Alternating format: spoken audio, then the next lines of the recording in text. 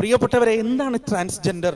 Transgender എന്ന് പറഞ്ഞാൽ ആണിന്റെയും പെണ്ണിന്റെയും ശാരീരിക അവയവങ്ങളുമായി ജനിക്കുന്ന ഒരാളല്ല ട്രാൻസ്ജെൻഡർ.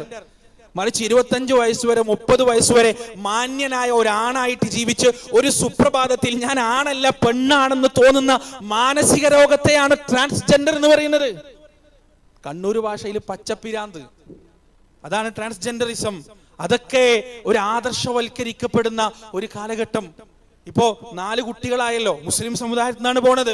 മുസ്ലിം നാമധാരികളായ 4 കുട്ടികൾ, ആദ്യം 2 കുട്ടികൾ പോയി, പിന്നെ 2 കുട്ടികൾ പോയി. ഇതിങ്ങനെ പോയിക്കൊണ്ടിരിക്കാൻ ആ മാതാപിതാക്കളുടെ മാനസികാവസ്ഥ ആലോചിച്ചിട്ടുണ്ടോ നിങ്ങൾ? അവർക്ക് തല ഉയർത്തി നടക്കാൻ പറ്റുമോ പ്രിയപ്പെട്ടവരെ?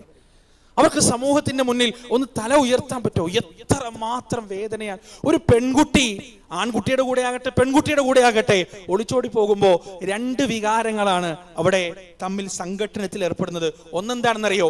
എന്റെ ഇഷ്ടം, എന്റെ ശരീരം, എന്റെ ആഗ്രഹങ്ങൾ, എന്റെ ഇച്ഛ, അതെന്റെ അവകാശമാണ് എന്ന് പറയുന്ന ധിക്കാരത്തിന്റെയും അഹങ്കാരത്തിന്റെയും 21ാം നൂറ്റാണ്ടിലെ വികാരം. രണ്ട് ഏതാണെന്നറിയോ? 20 വയസ്സുവരെ, 21 വയസ്സുവരെ, 18 വയസ്സുവരെ പേനരിക്കുമോ ഉറുമ്പരിക്കുമോ എന്ന് പേടിച്ച് പോറ്റു വളർത്തിയ മാതാവും പിതാവും അനുഭവിക്കുന്ന മനോവേദന, ഹൃദയവേദന. ഈ 2 വികാരങ്ങളാണ് തമ്മിൽ സംഘട്ടനം നടക്കുക. ഇവിടെ നിങ്ങളൊന്ന് പറയും, ഇതിൽ ഏതിന്റെ പക്ഷത്താണ് ഈ രാജ്യത്തെ നിയമം ഇന്ന് നിൽക്കുന്നത്? ഇതിൽ ഏതിന്റെ പക്ഷത്താണ് ഈ രാജ്യത്ത് അന്തിച്ചർച്ചക്ക് മുട്ടും കുത്തി വന്നു നിൽക്കുന്ന പാനലിസ്റ്റുകൾ ഏതിന്റെ ഭാഗത്താണ് നിൽക്കുന്നത്? ഏതിന്റെ ഭാഗത്താണ് പൊതുബോധം, റീൽസുകൾ, ആൽബങ്ങൾ, സിനിമകൾ, സീരിയലുകൾ, എഴുത്തുകൾ എല്ലാം നിൽക്കുന്നത്? ഏതിന്റെ പക്ഷത്താണ് ചോദിച്ചാൽ ഒരു മടിയില്ല നമുക്ക് മറുപടി പറയാൻ പറ്റും. 21ാം നൂറ്റാണ്ടിന്റെ ധിക്കാരത്തിന്റെ, അഹങ്കാരത്തിന്റെ, ചതിയുടെ, പൈശാചികതയുടെ ഈ വൈകാരികതയിലാണ്. അതിനാണ് നിയമം അനുകൂലിക്കുന്നത്, എഴുത്തുകൾ അനുകൂലിക്കുന്നത്, പൊതുബോധങ്ങൾ അനുകൂലിക്കുന്നത്. അവിടെയാണ് എൻ്റെ പ്രിയപ്പെട്ടവരെ നാം മനസ്സിലാക്കേണ്ടത് എത്രമാത്രം നാശത്തിലേക്കാണ് ഈ സമൂഹം പോയിക്കൊണ്ടിരിക്കുന്നത്, ഈ ഉമ്മത്ത് പോയിക്കൊണ്ടിരിക്കുന്നത്, നമ്മുടെ നാട് സഞ്ചരിച്ചു കൊണ്ടിരിക്കുന്നത്. ഒരുപക്ഷെ നമ്മുടെയൊക്കെ ഉമ്മ വാപ്പമാർക്ക് നമുക്ക് സമാധാനിക്കാൻ കഴിയില്ല. എൻ്റെ മുന്നിലിരിക്കുന്ന രക്ഷിതാക്കളെ, പ്രത്യേകിച്ച് എൻ്റെ മുന്നിലിരിക്കുന്ന 30 വയസ്സിന് താഴെയുള്ള ആളുകൾക്ക് ഒരിക്കലും സമാധാനിക്കാൻ കഴിയില്ല. കാരണം നമ്മുടെ മക്കൾ അനുഭവിക്കാൻ പോകുന്ന, നേരിടാൻ പോകുന്ന പ്രതിസന്ധികളും വെല്ലുവിളികളും എന്താണെന്ന് പോലും നമുക്ക് മനസ്സിലാവില്ല. ഇതിന്റെ ഒക്കെ പ്രശ്നം എവിടെയാണ് കിടക്കുന്നറിയോ?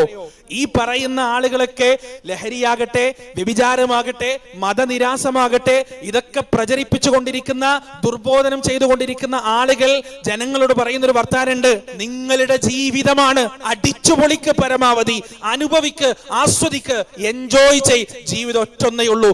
ജീവിതം ഒറ്റൊന്നല്ല. ജീവിതം ഒറ്റൊന്നല്ല. ഈ ദുനിയാവിനെ കുറിച്ച് അല്ലാഹു സുബ്ഹാനഹു വ തആല പരിശുദ്ധ ഖുർആനിൽ ആവർത്തിച്ച് പറഞ്ഞെന്താണ്? ഈ ദുനിയാവ് പടച്ചത് പടച്ചോനല്ലേ, അല്ലാഹു അല്ലേ? ഈ ദുനിയാവിനെ കുറിച്ച് അല്ലാഹ് പറഞ്ഞെന്താണ് പ്രിയപ്പെട്ടവരെ? പരിശുദ്ധ ഖുർആൻ നമുക്ക് കാണാം. അല്ലാഹു പറയാൻ: വമൽ ഹയാത്തുദ് ദുനിയാ ഇല്ലാ ലഇബു വലഹു വലദ്ദാറുൽ ആഖിറതു ലഹിയൽ ഹയവാൻ ലൗ കാനൂ യഅലമൂൻ. അറിയണം, ഈ ദുനിയാവിലെ ജീവിതം എന്ന് പറയുന്നത് ലഇബും ലഹുവും മാത്രമാണ്. വലദ്ദാറുൽ ആഖിറതു ലഹിയൽ ഹയവാൻ. ആഖിറമാണ് യഥാർത്ഥത്തിലുള്ള ജീവിതം. റബ്ബ് സുബ്ഹാനഹു വ തആലയുടെ വാക്കാണ് പ്രിയപ്പെട്ടവരെ. പരിശുദ്ധ ഖുർആനിൽ സൂറത്തുൽ ഹദീദിന്റെ അവസാന ഭാഗം എടുത്തു നോക്കിയാൽ നമുക്ക് കാണാം, അല്ലാഹു പറയാണ്: ഇഅ്ലമൂ, നിങ്ങൾ അറിയണം, നിങ്ങൾ മനസ്സിലാക്കണം. ഈ വാക്ക് വെറുതെയല്ല. നമ്മൾ ഒരാളോട് നീ മനസ്സിലാക്കണം, നീ ചിന്തിക്കണമെന്ന് പറഞ്ഞാൽ അതിന്റെ അർത്ഥം എന്താണെന്നറിയോ? അവൻ എന്തോ മോശമായ നിലപാടിലാണ് എന്നാണ്, എന്തോ തെറ്റായ ഒരു ധാരണ അവനുണ്ട് എന്നാണ്. അങ്ങനെയുള്ളവരോടാണ് നമ്മൾ പറയുക, നീ മനസ്സിലാക്കണം, നീ അറിയണം. ഈ ദുനിയാവിലെ ജീവിതം എന്ന് പറയുന്നത് 5 കാര്യങ്ങളാണ്. അള്ളാഹുവിന്റെ വാക്കുകളാണ്. 5 കാര്യങ്ങളാണ് ഈ ദുനിയാവിലെ ജീവിതം. ഇതിന്റെ അപ്പുറത്തേക്ക് ഒരു അർത്ഥമോ, ഇതിന്റെ അപ്പുറത്തേക്ക് ഒരു സാരമോ ഈ ദുനിയാവിലെ ജീവിതത്തിന് കണ്ടെത്താൻ നിനക്ക് സാധ്യമല്ല. എന്തൊക്കെയാണ് 5 കാര്യങ്ങൾ? ഒന്നാമത്തത് ലഇബാണ്, കളിയാണ്, വിനോദമാണ്, കളിയാണ്. ഒന്നാമതായി ദുനിയാവിനെ അല്ലാഹു വിശേഷിപ്പിച്ചത് എങ്ങനെയാണ്? കളിയാണ്. എന്താണ് കളി എന്ന് പറഞ്ഞാൽ? നമ്മളൊരാളെ കളിയാക്കി എന്ന് പറഞ്ഞാൽ എന്താ? നമ്മളൊരാളെ കളിയാക്കി എന്ന് പറഞ്ഞാൽ എന്താണ്? അയാളെ നിസ്സാരമാക്കി എന്നുള്ളത്. അപ്പൊ ആദ്യം തന്നെ തുടങ്ങി ദുനിയാവ് നിസ്സാരമാണെന്നാണ്. നിസ്സാരമായ കേവലം ഒരു കളി മാത്രമാണ്. നിങ്ങൾ വിചാരിക്കുന്ന സീരിയസ്നെസ് ഒന്നും ഈ ദുനിയാവിന്റെ ജീവിതത്തിന് ഇല്ലട്ടോ എന്നാണ് അള്ളാഹു സുബ്ഹാനഹു വ തആല ആദ്യമായിട്ട് പറയുന്നത്. ചെറിയ കുട്ടികൾ കളിക്കൂലേ കളിപ്പാട്ടം കൊണ്ട്, ഇവിടെ ഇങ്ങനെ ഓടി നടക്കുന്ന കുട്ടികൾ, അവർക്ക് കളിപ്പാട്ടത്തിനാണോ വില അല്ല ഇങ്ങക്കാണോ വില? അങ്ങനെ കളിപ്പാട്ടം ഇങ്ങനെ വെച്ചു കൊടുത്തിട്ട് ചോദിക്കുക, ഉമ്മനെ വേണോ കളിപ്പാട്ടം വേണോ? കുട്ടികൾ ഏതാ എടുക്കുക? ഉമ്മനൊന്നും ഇപ്പം വേണ്ട, കളിപ്പാട്ടം മതി അല്ലേ? അവരതെല്ലാം എടുക്കുക. അല്ലെങ്കിൽ അവരിങ്ങളെ ഒരു 2 ലക്ഷം റുപ്യന്റെ ചെക്കും ഒരു കളിപ്പാട്ടം വെച്ചു കൊടുക്കുക, അവരേതെടുക്കും? കളിപ്പാട്ടം എടുക്കും. കാരണം ഈ പറയുന്ന 2 ലക്ഷം റുപ്യയുടെ ചെക്കിന്റെ വില ഒന്നും അവർക്കറിയില്ല. അവർക്ക് ഈ പറയുന്ന കുറച്ചു നേരം ഇങ്ങനെ കളിക്കാനുള്ള, എന്നിട്ട് എവിടെയെങ്കിലും എറിഞ്ഞു പൊട്ടിക്കാനുള്ള ഈ കളിപ്പാട്ടത്തിന്റെ വില അവർക്ക് അറിയുള്ളൂ. ഇതാണ് നമ്മൾ ദുനിയാവ് എന്നാണ്. നമ്മളിങ്ങനെ കടയിലോ കച്ചവട സ്ഥാപനത്തിലോ ഇങ്ങനെ കച്ചവടം ചെയ്തുകൊണ്ടിരിക്കുമ്പോൾ കളിപ്പാട്ടവും 2 ലക്ഷം രൂപയുടെ ചെക്കും വെച്ചു കൊടുക്കുന്നത് പോലെ ഈ ദുനിയാവിലെ നൈമിഷികമായ കച്ചവടവും അള്ളാഹുവിന്റെ മുന്നിൽ നിൽക്കാൻ മുനാജാത്ത് നടത്താനുള്ള അവസരവും മുന്നിൽ വെച്ച് തന്നാൽ, ചെറിയ കുട്ടി കളിപ്പാട്ടം സ്വീകരിക്കുന്നത് പോലെ നമ്മൾ എന്ത് സ്വീകരിക്കാണ്? ദുനിയാവിന്റെ കച്ചവടം സ്വീകരിക്കാണ്, ദുനിയാവിന്റെ ലാഭം സ്വീകരിക്കാണ്. എന്നിട്ട് അതൊക്കെ കഴിഞ്ഞാൽ എന്ത് ചെയ്യുക? അതൊക്കെ അവസാനിച്ചു കഴിഞ്ഞാൽ വേണമെങ്കിൽ ഒന്ന് പോയിട്ട് ഒന്ന് നിസ്കരിക്കാം, അത്രേ ഉള്ളൂ. ലഹീബാണെന്നാണ് അള്ളാഹ് പറഞ്ഞത്, ലഹുവാണെന്നാണ്, വിനോദമാണ്. കുറച്ചും കൂടി കുട്ടികൾ അങ്ങോട്ട് വളർന്ന ഒരു കൗമാര പ്രായത്തിലേക്ക് എത്തിയാൽ അവരിങ്ങനെ ഗെയിം കളിക്കും. പല ഗെയിമുകളിലും പബ്ജിയും മറ്റേതൊക്കെ ആയിട്ട് ഇങ്ങനെ ഗെയിം കളിക്കും. എത്ര മണിക്കൂർ ഇങ്ങനെ അവരോട് പറയാണ്, എടാ ഒരു ഉപകാരം ഇല്ലാത്ത ഈ സാധനത്തിന് നീ ഇത്ര സമയം കാണുന്നത് എന്തിനാ? അവർക്ക് മനസ്സിലാവോ? ഏതെങ്കിലും ഒരു കുട്ടിയുണ്ടോ ശരിയാണല്ലോ ഒരു ഉപകാരം ഇല്ലല്ലോ ഇനി ഞാനിത് കളിക്കില്ല? നിങ്ങളുടെ ജീവിതത്തിൽ കണ്ടിട്ടുണ്ടോ നിങ്ങൾ? ഇല്ല. കാരണം അവർക്ക് ആ ആസ്വാദനമാണ് വലുത്. മൂന്നാമത് സീനത്താണ്, സൗന്ദര്യമാണ്. നാലാമത് തഫാഖുറാണ്, ഫഖ്റാണ്, ദുരഭിമാനമാണ്. അഞ്ചാമത്തത് തകാസുറാണ്, കസ്ർ നടിക്കലാണ്. ഏതിൽ? ഫിൽ അംവാലി വൽ ഔലാദ്, നേടിയെടുത്ത സമ്പത്തിന്റെയും സന്താനങ്ങളുടെയും പേരിലുള്ള പെരുമ നടിക്കലാണ്. പിന്നീട് മധ്യവയസ്സ് വരെ, അവിടുന്ന് അങ്ങോട്ട് പിന്നെ ഒന്നും ഉണ്ടാവില്ല. മധ്യവയസ്സും കൂടി കഴിഞ്ഞാൽ പിന്നെ വരാന്തയിൽ ഇങ്ങനെ ഇരിക്കുക. പുരുഷന്മാരാണെങ്കിൽ ഇങ്ങനെ വരാന്തയിൽ ഇരിക്കുക, സ്ത്രീകളാണെങ്കിൽ മോന്റെ മക്കളെ നോക്കുക, അവർക്ക് പിന്നെ മോള് പ്രസവിക്കുമ്പോൾ കൂടെ ഇങ്ങനെ അവരെ പരിചരിക്കാൻ നിന്ന് കൊടുക്കുക. ലൈഫ് കഴിഞ്ഞു, പിന്നെ ഒന്നുമില്ല. പിന്നെ ഫഖ്റും ഇല്ല, കസ്റും ഇല്ല, സീനത്തും ഇല്ല, ലൈബും ഇല്ല, ലഹുവും ഇല്ല, ഒന്നുമില്ല. ലൈഫ് അങ്ങോട്ട് കഴിഞ്ഞു. പിന്നീട് അങ്ങോട്ട് പോകും, അർദലിൽ ഉമറിലേക്ക് പോകും. ഏതവസ്ഥയിലേക്ക് എന്നറിയോ? ലോകത്തിന്റെ ഭൂപടമത്തെ എടുത്ത് കാണിച്ചു കൊടുത്താൽ അതിലെവിടെയാണ് തന്റെ വീട് എന്ന് പോയിന്റ് ചെയ്ത് കാണിക്കാൻ കഴിയും മാത്രം ജോഗ്രഫി അറിയുന്ന, ലോകത്തെ കുറിച്ച് അറിയുന്ന, പല ഭാഷകളും സംസാരിച്ച മനുഷ്യൻ, ലോകത്തിന്റെ പല ദിക്കുകളിലേക്കും ഒറ്റയ്ക്ക് യാത്ര ചെയ്ത, പല ആളുകളുമായി പരിചയമുള്ള, ബന്ധമുള്ള മനുഷ്യൻ സ്വന്തം മഹല്ലിലെ പള്ളിയിൽ നിന്ന് വീട്ടിലേക്ക് നടന്നു പോകുമ്പോൾ വഴിമാറിപ്പോയി. എന്നിട്ട് പരിചയക്കാരോ പിടിച്ചിട്ട് വീട്ടിലേക്ക് കൂട്ടിക്കൊണ്ടുവരാണ്, അർദലിൽ ഉമറിലേക്ക് എത്തും. അതാണ് ഈ ദുനിയാവിലെ ആകെ തുക എന്നാണ് അള്ളാഹു പറഞ്ഞത്. എന്നിട്ട് ആ ആയത്തിന്റെ ബാക്കി എന്താണെന്നറിയോ പ്രിയപ്പെട്ടവർ? അള്ളാഹു പറയാൻ, കമസലി ഗൈസിൻ അജബൽ കുഫാർ നബാതുഹു ثم يهيج فتراه مصفرا ثم يكون حطاما وفي الآخرة عذاب شديد ومغفرة من الله ورضوان. വയനാട്ടിലെ ചില വ്യൂ പോയിന്റുകളിൽ പോയി കഴിഞ്ഞാൽ ചില പർവ്വതങ്ങൾ നിങ്ങൾക്ക് കാണാൻ കഴിയും. വേനൽക്കാലത്ത് പോയി കഴിഞ്ഞാൽ അവ ഇങ്ങനെ മൊട്ടക്കുന്നുകളായി നിറഞ്ഞു നിൽക്കുന്നതായി കാണാൻ കഴിയും. എന്നാൽ എന്റെ പ്രിയപ്പെട്ടവരെ, 2-3 മഴയങ്ങോട്ട് പെയ്താൽ ഒരു 2-3 ദിവസം കഴിഞ്ഞാൽ ആ പർവ്വതം തന്നെയാണോ നമ്മൾ മുമ്പ് കണ്ടത് എന്ന് അതിശയിച്ചു പോകുമാറ് പച്ചപ്പ് വിരിച്ചുകൊണ്ട്, പച്ച നിറത്തിലായിക്കൊണ്ട് നയനാനന്ദകരമായ കാഴ്ചയായി ആ പർവ്വതം നിൽക്കുന്നത് കാണാം. എന്നിട്ട് അല്ലാഹു പറയുന്നത് എന്താ അറിയോ? നിങ്ങൾ ആ കാണുന്ന പച്ചപ്പുണ്ടല്ലോ, അതെന്നും നിലനിൽക്കുന്നതല്ല. ആഴ്ചകൾ മഴയില്ലാതെ പിന്നിട്ട് കഴിഞ്ഞാൽ, മാസങ്ങൾ പിന്നിട്ട് കഴിഞ്ഞാൽ ആ പച്ച നിറം എല്ലാം മഞ്ഞ നിറത്തിലേക്ക് മാറുകയാണ്. എന്നിട്ട് വീണ്ടും ആഴ്ചകൾ കടന്നുപോയാൽ ആ മഞ്ഞ നിറത്തിലുള്ള പുൽമേടുകൾ പോലും ഒന്നുമില്ലാത്ത അവസ്ഥയിലേക്ക് മാറ്റപ്പെടുകയാണ്. ശൂന്യമായ കത്തിക്കുരിഞ്ഞൊരവസ്ഥയിലേക്ക് അതങ്ങോട്ട് മാറ്റപ്പെടുകയാണ്. സുബ്ഹാനല്ലാഹ്, അള്ളാഹുവിന്റെ വാക്കുകൾ. പണ്ട് നമ്മൾ ചെറിയ ക്ലാസ്സിലൊക്കെ പഠിച്ചിട്ടില്ലേ?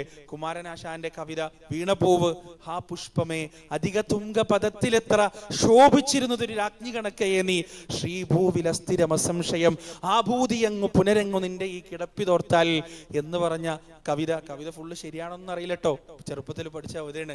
പാടിയതാ. എന്താ അർത്ഥം? എന്താണ് അതിന്റെ? ഹാ പുഷ്പമേ. ഹാ എന്ന് പറഞ്ഞാൽ സന്തോഷം കൊണ്ടല്ല, നെടുവീർപ്പിടാണ്. എന്തോ ഒരു കാഴ്ച കണ്ടിട്ട് കവി ഇങ്ങനെ നെടുവീർപ്പിടാണ്. എന്താണ് ആ കാഴ്ച എന്നറിയോ?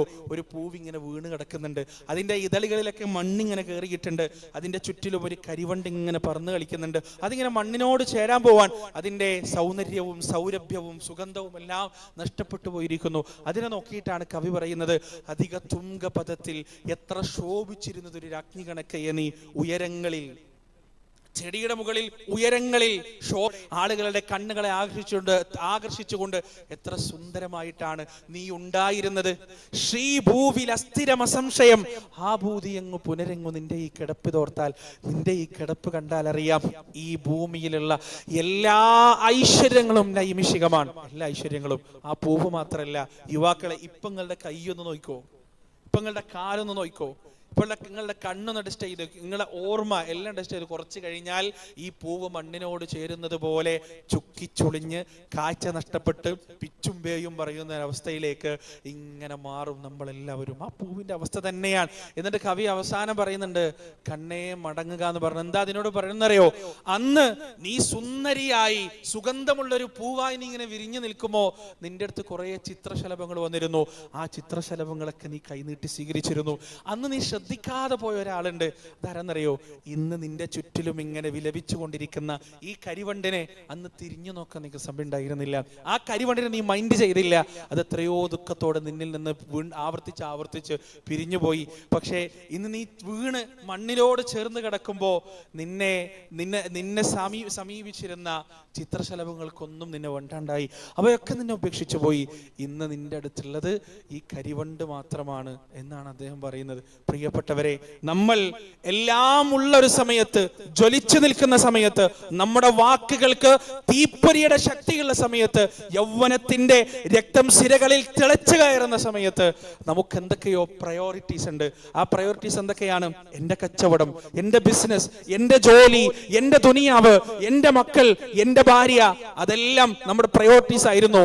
അവിടെ നമ്മൾ ഇടക്കിടക്കെ വിസിറ്റ് ചെയ്തിരുന്ന പ്രബോധകന്മാർ, ദായിമാർ, പരലോകത്തേക്ക് നമ്മെ ക്ഷണിച്ചുകൊണ്ടിരുന്ന സംസാരങ്ങൾ, എഴുത്തുകൾ, ഖുതുബകൾ, ബാങ്കുകൾ, ഇഖാമത്തുകൾ, ഇതെല്ലാം നമ്മുടെ ജീവിതത്തിൽ രണ്ടാം കിടയായിരുന്നു. ചലനമറ്റ് കഴിഞ്ഞാൽ, പ്രിയപ്പെട്ടവരെ, ഹൃദയത്തിന്റെ മിടിപ്പ് നിന്ന് കഴിഞ്ഞാൽ, ശരീരം തണുക്കാൻ തുടങ്ങിക്കഴിഞ്ഞാൽ, ഈ പറയുന്ന കച്ചവടങ്ങളാകട്ടെ, സ്ഥാപനങ്ങളാകട്ടെ, ജോലിയാകട്ടെ, മക്കളാകട്ടെ, ഭാര്യയാകട്ടെ, അവയെല്ലാം വേറെ വഴിയിൽ പോകും. പിന്നീട് ഈ കരിവണ്ട് വന്നതുപോലെ അല്പമാണെങ്കിലും നമ്മുടെ ഖബറിലേക്ക് വരാനുള്ളത് ഈ പറയുന്ന അമലുകൾ മാത്രമാണ്. നമ്മൾ തീരെ പ്രയോറിറ്റി കൊടുക്കാതിരുന്ന, മുൻഗണന കൊടുക്കാതിരുന്ന ഈ അമലുകൾ മാത്രമാണ് പ്രിയപ്പെട്ടവരെ പിന്നീട് നമ്മുടെ ഖബറിലേക്ക് വരിക. അല്ലാഹു സുബ്ഹാനഹു വ തആല ആ പ്രയോറിറ്റി, നമ്മുടെ ഏറ്റവും വലിയ മുൻഗണന ആ അമലുകൾക്ക് കൊടുക്കുന്ന, നമ്മുടെ ഖബറിലേക്ക് നമ്മെ തേടി വരുന്ന നമ്മുടെ കൂട്ടുകാരന് കൊടുക്കുന്ന ഒരവസ്ഥയിലേക്ക് എന്നെയും നിങ്ങളെയും മാറ്റുമാറാകട്ടെ. പ്രിയപ്പെട്ടവരെ, ദുനിയാവിനെ കുറിച്ച് നമ്മൾ മനസ്സിലാക്കേണ്ട 3 വിഷയങ്ങളുണ്ട്. 3 വിഷയങ്ങൾ. അതിൽ ഒന്നാമത്തെ എന്താ അറിയോ? ഈ ദുനിയാവിൽ നമുക്ക് എന്തൊക്കെ പടച്ചോൻ തന്നിട്ടുണ്ടോ അതിനൊന്നും ഗ്യാരണ്ടിയില്ല. അതിനൊന്നും ഗ്യാരണ്ടിയില്ല. ഏതാനും ദിവസങ്ങൾക്ക് മുമ്പ് ഒരു കല്യാണ വീട്ടിന്റെ പുറത്ത് നിന്നിട്ട് ആ കല്യാണ വീട്ടിലെ ഗൃഹനാഥൻ ഒരു അനുഭവം പറഞ്ഞു. അദ്ദേഹം പറയാണ്, എൻ്റെ ജ്യേഷ്ഠനാണ്, കുടുംബത്തിൽ എന്ത് കല്യാണം വരുമ്പോഴും സജീവമായി അതിൽ ഇടപെടുന്ന ആൾ എൻ്റെ ജ്യേഷ്ഠനാണ്. അദ്ദേഹത്തിന്റെ മരണത്തെക്കുറിച്ച് അദ്ദേഹം പറയാണ്, ഒരു യാത്ര കഴിഞ്ഞ് അവരിങ്ങനെ തിരിച്ച് നാട്ടിലേക്ക് ഇങ്ങോട്ട് വരികയാണ്. വരുന്ന സമയത്ത് കാറിന്റെ ഉള്ളിൽ മുൻസീറ്റിലിരിക്കുകയായിരുന്ന ഇദ്ദേഹം ചുമക്കാൻ തുടങ്ങി. വല്ലാത്ത ചുമ. അങ്ങനെ ചുമ മാറണില്ല. ഡോക്ടറെ അടുത്ത് പോയി, പരിചയക്കാരനായ ഡോക്ടറെ അടുത്ത് പോയി. എന്നിട്ടും ചുമ മാറണില്ല, മരുന്ന് കുടിച്ചിട്ടൊന്നും. അവസാനം ഡീറ്റെയിൽ ആയിട്ട് ചെക്ക് ചെയ്യാൻ പറഞ്ഞു. ബയോപ്സി ചെയ്തു. ലങ്സിന് ക്യാൻസറാണ്, 4th സ്റ്റേജാണ്. വളരെ ചുരുക്കം ദിവസം മാത്രമേ അദ്ദേഹം പിന്നീട് ജീവിച്ചിട്ടുള്ളൂ. അദ്ദേഹം ഈ ലോകത്തോട് വിട പറഞ്ഞു. ഈ റമദാനിന് മുന്നൊക്കെ നമ്മളൊക്കെ സ്ഥിരമായിട്ട് കാണുന്ന, ഒരു കുഴപ്പമില്ലാതിരുന്നൊരു മനുഷ്യൻ, പെരുന്നാളിന് ബിരിയാണി കഴിച്ചതാണ്. എന്തോ ഒരു ദഹനക്കേട്, ഛർദി വന്നു, ആകെ അസ്വസ്ഥതയായി. ഡോക്ടറെ അടുത്ത് പോയി ചെക്ക് ചെയ്ത് നോക്കി, ലിവർ ക്യാൻസറാണ്, അതും അഡ്വാൻസ്ഡ് സ്റ്റേജിലാണ്, 4th സ്റ്റേജിലാണ്. ഇനി റിക്കവറി ഉണ്ടാവും എന്നറിയില്ല. ഇതാണ് അവസ്ഥ. നിങ്ങൾ കണ്ടിട്ടില്ലേ, ഒരു അധ്യാപകൻ കുട്ടികൾക്ക് ഇങ്ങനെ ക്ലാസ് എടുത്തുകൊണ്ടിരിക്കാൻ, പാട്ടുപാടി കൊടുത്തുകൊണ്ടിരിക്കാൻ, ഇതിൽ അദ്ദേഹത്തിന്റെ കുടുംബക്കാരെങ്കിലും ഉണ്ടോന്ന് അറിയില്ല. ആ പറയുന്ന അതേ അവസ്ഥയിൽ അദ്ദേഹം അങ്ങനെ കുഴഞ്ഞു വീഴാണ്. എത്ര മരണങ്ങൾ പ്രിയപ്പെട്ടവരെ! നമ്മുടെ മിടിക്കുന്ന ഈ ഹൃദയത്തിന് എന്തെങ്കിലും ഗ്യാരണ്ടി ഉണ്ടോ? നമ്മുടെ ഈ പ്രവർത്തിക്കുന്ന തലച്ചോറിന് എന്തെങ്കിലും ഗ്യാരണ്ടി? ഒരു ഗ്യാരണ്ടിയും ഇല്ല. ഒരു ഹറമിൽ ഇത്തിക്കാഫിരുന്ന സമയത്ത് ഒരാൾ തൻ്റെ അനുഭവം പറഞ്ഞതാണ്. എന്താണെന്നറിയോ? ഒരു ഉപ്പ മകളെ സ്കൂളിലേക്ക് കൊണ്ടാക്കാൻ വേണ്ടിയിട്ട് ആ മകളോട് മാറ്റി റെഡിയായി യൂണിഫോം ഇട്ട് നിൽക്കാൻ പറഞ്ഞു. അങ്ങനെ കുട്ടി യൂണിഫോം ഒക്കെ ഇട്ട് റെഡിയായി നിന്നു. ഉപ്പ ഒന്ന് ഡ്രസ്സ് ചേഞ്ച് ചെയ്ത് ബാത്റൂമിൽ പോയി വരാമെന്ന് പറഞ്ഞതാണ്. സമയം കഴിഞ്ഞു, 5 മിനിറ്റ് കഴിഞ്ഞു, 10 മിനിറ്റ് കഴിഞ്ഞു, അരമണിക്കൂർ കഴിഞ്ഞു. ഉപ്പ വാതിൽ തുറക്കുന്നത് കാണുന്നില്ല. മകൾക്ക് ബേജാറായി. അയൽപക്കക്കാരെ വിളിച്ച് വാതിൽ ചവിട്ടിപ്പൊളിച്ച് അകത്തേക്ക് കയറാൻ നോക്കുമ്പോൾ ബാത്റൂമിലേക്ക് കയറുന്ന റൂമിന്റെ പാസേജിൽ ആ മനുഷ്യൻ അവിടെ വീണ് കിടക്കുന്നു, മരണപ്പെട്ടു. ഇതാണ് ഈ മരിക്കണതൊക്കെ മനുഷ്യന്മാരാണ്. നമ്മളെപ്പോലെ ശ്വസിച്ച, നമ്മെപ്പോലെ സ്വപ്നം കണ്ട, നമ്മെപ്പോലെ പ്ലാനുകളും പദ്ധതികളും ഉണ്ടായിരുന്ന മനുഷ്യരാണ് എൻ്റെ പ്രിയപ്പെട്ടവരെ ഈ മരിച്ചുകൊണ്ടിരിക്കുന്നത്. സുബ്ഹാനല്ലാഹ്, അത്രയേ ഉള്ളൂ നമുക്ക് ഗ്യാരണ്ടി. നമ്മുടെ ശരീരത്തിന് അത്രയേ ഉള്ളൂ ഗ്യാരണ്ടി. ആർക്കും അവർ പറയാൻ പറ്റുക ഈ ഹാളിന്റെ പുറത്ത് ഞാൻ എന്തായാലും ഈ ഹാളിന്റെ പുറത്തേക്ക് പോവും എന്ന് ഉറപ്പ് പറയാൻ പറ്റുന്ന ആരും നമ്മുടെ കൂട്ടത്തിലില്ല. ഞാൻ പറഞ്ഞത്, ഈ ദുനിയാവിൽ എന്തൊക്കെ നമ്മുടെ ശരീരം മാത്രമല്ല, നമ്മുടെ ഭാര്യ, നമ്മുടെ ഭർത്താവ് നമുക്ക് സ്ഥിരമായിട്ടുണ്ടാവുന്ന ആർക്കും ഉറപ്പ് പറയാൻ പറ്റുക? പ്രത്യേകിച്ച് ഇന്നിന്റെ കാലഘട്ടത്തിൽ എന്തെങ്കിലും ഉറപ്പ് പറയാൻ പറ്റുമോ? ഇത് കാസർഗോഡ് ജില്ലയിൽ നിന്നൊക്കെ ഒളിച്ചോടിപ്പോയ സ്ത്രീകളുടെ വാർത്തകളിൽ ഇത് ദിനേന പുറത്തേക്ക് വന്നുകൊണ്ടിരിക്കുന്നത്. ഭർത്താക്കന്മാരും മോശക്കാരല്ല. എൻ്റെ മക്കൾ, ഞാൻ ഒരുപാട് പ്രതീക്ഷയും പ്രത്യാശയും നനച്ച് വളർത്തിയ എൻ്റെ മക്കൾ എൻ്റെ പ്രതീക്ഷക്കൊത്ത് വളരുമോ? ഇല്ല. ഈ ദുനിയാവിൽ എന്തൊക്കെ അല്ല തന്നിട്ടുണ്ടോ അതൊന്നും ഗ്യാരണ്ടി ഇല്ലാത്തതാണ്, അതൊന്നും വാറണ്ടിയും ഇല്ലാത്തതാണ്. അതാണ് ദുനിയാവിനെ കുറിച്ച് നമ്മൾ മനസ്സിലാക്കേണ്ട ഒന്നാമത്തെ വിഷയം. രണ്ടാമത്തെ വിഷയം, ഈ ദുനിയാവിൽ ഇനി അല്ല ഗ്യാരണ്ടി തന്നു വിചാരിക്കുക. ഒരാൾക്ക് പടച്ചോന് നിന്റെ ഭാര്യ ജീവിതകാലം മൊത്തം നിന്റെ കൂടെ ഉണ്ടാവും, നിന്റെ ആരോഗ്യം ജീവിതകാലം മൊത്തം ഒരുപാട് കാലം നിനക്ക് ആരോഗ്യം ഉണ്ടാവും, നിന്റെ ഹൃദയം മുടിപ്പ് നിൽക്കൂല, അറ്റാക്ക് വരൂല, നീ കുഴഞ്ഞു പോകൂല, വേറെ കോലത്തിലുള്ള രോഗങ്ങൾ, ഷുഗറോ പ്രഷറോ കൊളസ്ട്രോളോ ഒന്നും നിനക്ക് വരൂല. ഇതൊക്കെ നിനക്ക് ഞാൻ ഗ്രാൻഡഡ് ആക്കി തന്നിട്ടുണ്ട്, ഒക്കെ നിനക്ക് ഞാൻ ഉറപ്പിച്ചു തന്നിട്ടുണ്ട് എന്നൊരാൾക്ക് ഒരു വരം പടച്ചോനോട് കൊടുത്തു എന്ന് വിചാരിക്കുക. 300 കൊല്ലം അയാൾ ജീവിച്ചാലേ അയാൾ പടച്ചോനോട് എന്താ അവർക്കറിയോ? പടച്ചോനെ ഇനിയാണ് തിരിച്ചു വിളിച്ചേക്ക്, മടുത്തു എന്ന് പറയും. 300 കൊല്ലം ജീവിച്ചാൽ ഇനി അങ്ങോട്ട് തിരിച്ചു വിളിച്ചേക്ക്, മടുത്തു എന്ന് പറയും. അത് ഈ ജീവിതത്തിന്റെ ഒരു സ്വഭാവമാണ്. മടുക്കും, എല്ലാം മടുക്കും. നമ്മൾ കണ്ടിട്ടില്ലേ, എത്രയോ ആശിച്ചാഗ്രഹിച്ച് കുടുംബക്കാരോടൊക്കെ പടവെട്ടിയിട്ട് ചില കാമുകികാവുകന്മാരോ ഒന്നിക്കണത്. എന്നിട്ട് എന്താ സംഭവിക്കുക? 3 കൊല്ലം കഴിഞ്ഞാൽ ഏതെങ്കിലും ഒരു മൗലവിന്റെ മുന്നിൽ പോയി ഇരുന്നിട്ട് പറയും, കല്യാണം കഴിക്കുന്നതിന് മുമ്പുള്ള ആളല്ല കല്യാണം കഴിച്ചതിന് ശേഷം. എന്ത് വൃത്തികെട്ടോനാ! ഈ വൃത്തികെട്ടന് വേണ്ടിയിട്ടാണ് ഈ പറയുന്ന തല്ല് മുഴുവൻ കൂടിയത്. ഈ വൃത്തികെട്ടോൾക്ക് വേണ്ടിയിട്ടാണ്. ജീവിതം അങ്ങനെയാണ്. ജീവിതത്തിൽ എല്ലാം മടുക്കും, എല്ലാം മടുക്കും. അത് ദാമ്പത്യമാകട്ടെ, ലൈംഗികതയാകട്ടെ, ഭക്ഷണമാകട്ടെ, ഏത് ആസ്വാദനങ്ങളാകട്ടെ, എല്ലാം മടുക്കുമെന്ന കാര്യത്തിൽ യാതൊരു സംശയവുമില്ല. മാത്രമല്ല പ്രിയപ്പെട്ടവരെ, മൂന്നാമതായി ഈ ദുനിയാവിനെ കുറിച്ച് നമ്മൾ മനസ്സിലാക്കേണ്ടത്, എത്ര തന്നെ അള്ളാഹു നമുക്ക് വാരിക്കോരി തന്നാലും അനുഭവിക്കുന്നതിന് ഒരു പരിധിയുണ്ട്. ഓക്സിജൻ ഇല്ലാത്ത സ്ഥലത്ത് മനുഷ്യന് ജീവിക്കാൻ പറ്റൂല. നിങ്ങൾ കണ്ടില്ലേ, ടൈറ്റൻ കടലിന്റെ അടിയിൽ കിടന്ന് ഇൻഫ്യൂഷനിൽ മരണപ്പെട്ടു 5 മനുഷ്യന്മാർ. അവരെങ്ങാനും പുറത്തേക്ക്, ഈ കടലിന്റെ പുറത്തേക്ക് അവർക്ക് വരാൻ സാധിച്ചിരുന്നെങ്കിൽ സാധ്യമായ സകല ചികിത്സകളും അവർക്ക് നേടാൻ കഴിയുമായിരുന്നു. കാരണം അവർ ആ യാത്ര പോയത് തന്നെ 2 കോടി ഉറുപ്പിക കൊടുത്തിട്ടാണ്, 2 കോടിയിലധികം കൊടുത്തിട്ടാണ്. അതുകൊണ്ട് ഈ ദുനിയാവിലുള്ള ചികിത്സകൾ മുഴുവൻ നേടിയെടുക്കാനുള്ള സാമ്പത്തിക സ്ഥിതി അവർക്കുണ്ട്. അത് ഉപകാരപ്പെട്ടു അവർക്ക് പ്രിയപ്പെട്ടവരെ. ആ കടലിന്റെ അടിയിൽ ഇനി ഞാൻ ഇത്ര ബാങ്ക് ബാലൻസ് ഉണ്ട്, ഞാൻ ഇത്ര കമ്പനിന്റെ CEO ആണ് എന്നൊക്കെ പറഞ്ഞിട്ട് ഒരാള് ചൊവ്വയിലേക്കോ ചന്ദ്രനിലേക്കോ പോയാൽ അയാൾ ശ്വാസം മുട്ടി മരിക്കുന്നല്ലാതെ അയാൾക്ക് അവിടെ ജീവിക്കാൻ പറ്റുമോ? ഈ ദുനിയാവിൽ അള്ളാഹു എത്രയൊക്കെ തന്നാലും അനുഭവിക്കുന്നതിന് കൃത്യമായ പരിധിയും പരിമിതിയും അള്ളാഹു സുബ്ഹാനഹു വ തആല അവിടെ ഉണ്ടാക്കി വെച്ചിട്ടുണ്ട്. പക്ഷെ കാണുന്നതിന് പടച്ചോൻ പരിധി നിശ്ചയിച്ചിട്ടില്ല. നമ്മളിങ്ങനെ വീടിന്റെ ടെറസിന്റെ മുകളിൽ ഇങ്ങനെ കടന്നാൽ, എന്നിട്ട് നമ്മളിങ്ങനെ ആകാശത്തേക്ക് നോക്കിയാൽ ആകാശത്ത് ഇങ്ങനെ വാരി വിതറപ്പെട്ട നക്ഷത്രങ്ങൾ നമുക്ക് കാണാൻ കഴിയും. കോടാനുകോടി നക്ഷത്രങ്ങൾ, ഭൂമിയേക്കാൾ ലക്ഷക്കണക്കിന് കോടിക്കണക്കിന് വലുപ്പമുള്ള നക്ഷത്രങ്ങൾ. ഈ നക്ഷത്രങ്ങൾ മുഴുവൻ നമുക്ക് കാണിച്ചു തന്നിട്ട് പടച്ചോൻ നമ്മളോട് പറയുന്നൊരു വർത്താനുണ്ട്. എന്താണെന്നറിയോ? നിന്റെ വീട് കണ്ടോ? നീ നിന്റെ അള്ളാഹു നമ്മളോട് പറയാൻ, നിന്റെ വീട് കണ്ടോ നീ, അത് നിന്റെ പരിധിയും പരിമിതിയുമാണ്. ഒരു വീട്, ഒരു 13 സെന്റ് സ്ഥലം, അല്ലെങ്കിൽ പോട്ടെ ഒരു 25 ഏക്കർ സ്ഥലം,